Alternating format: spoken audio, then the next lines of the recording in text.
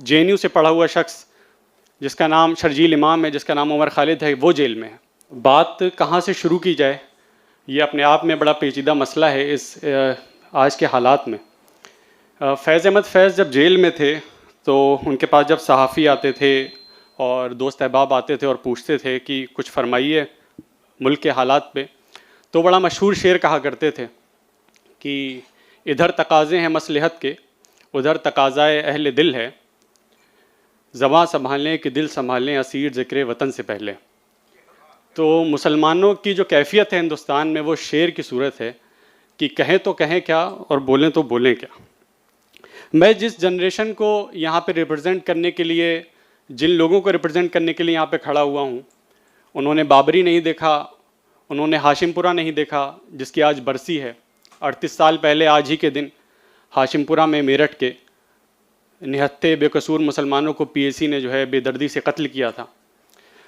उन्होंने शाबानों का स्ट्रगल नहीं देखा, उन्होंने वो पूरा मूवमेंट नहीं देखा लॉ बोर्ड का।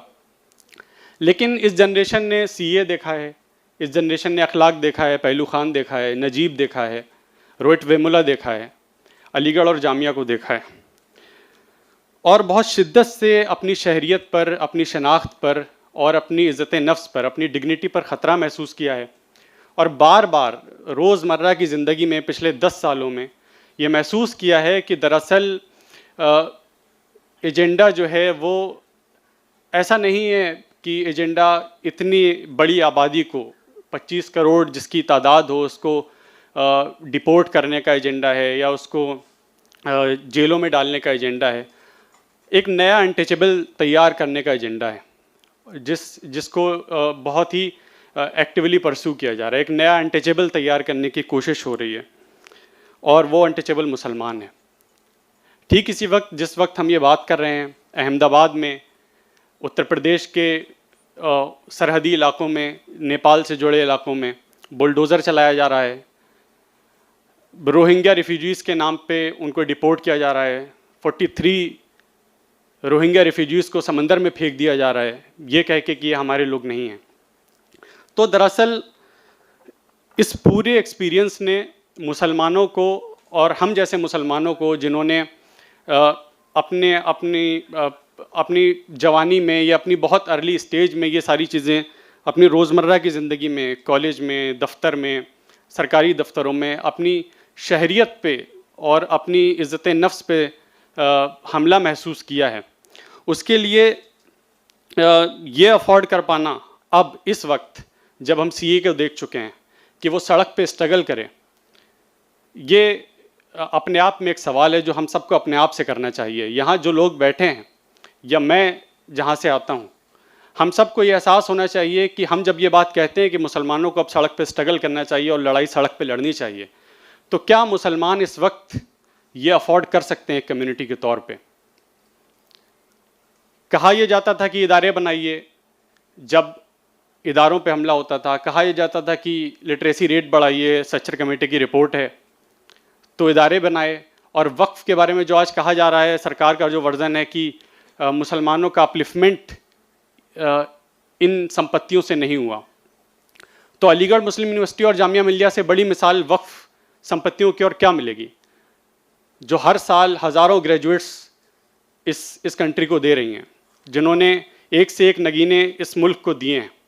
ये क्या है? ये वक्फ प्रॉपर्टीज़ हैं। तो वक्फ का इससे अच्छा इस्तेमाल और क्या होगा?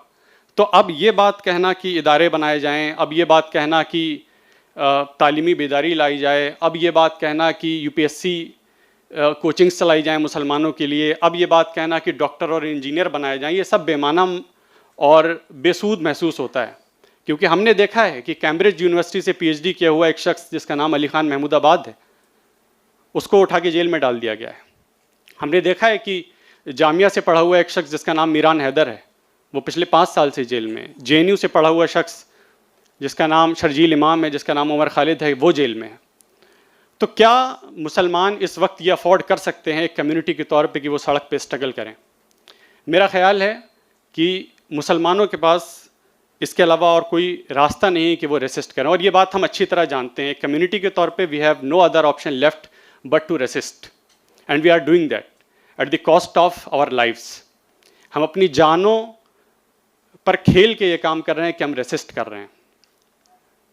लेकिन सवाल सिर्फ इतना नहीं है कि ये मुसलमान क्या करेंगे, सवाल तो उनसे भी होगा जो अपने आप में सेकुलर होने का दावा करते हैं या अपने आप को संविधान के रक्षक बताते हैं, या जिन्होंने पूरी अपनी पॉलिटिक्स इसी कॉन्स्टिट्यूशनलिज्म के नाम पे जो है पूरी पॉलिटिक्स खड़ी की है, कि वो किस पाले में खड़े होंगे। उत्तर प्रदेश ने समाजवादी पार्टी को, उत्तर प्रदेश के मुसलमानों ने जो मैंडेट दिया है समाजवादी पार्टी को, सवाल तो ये होगा कि समाजवादी पार्टी उस मैंडेट का क्या करेगी। सवाल ये होगा कि कांग्रेस उस मैंडेट का क्या करेगी।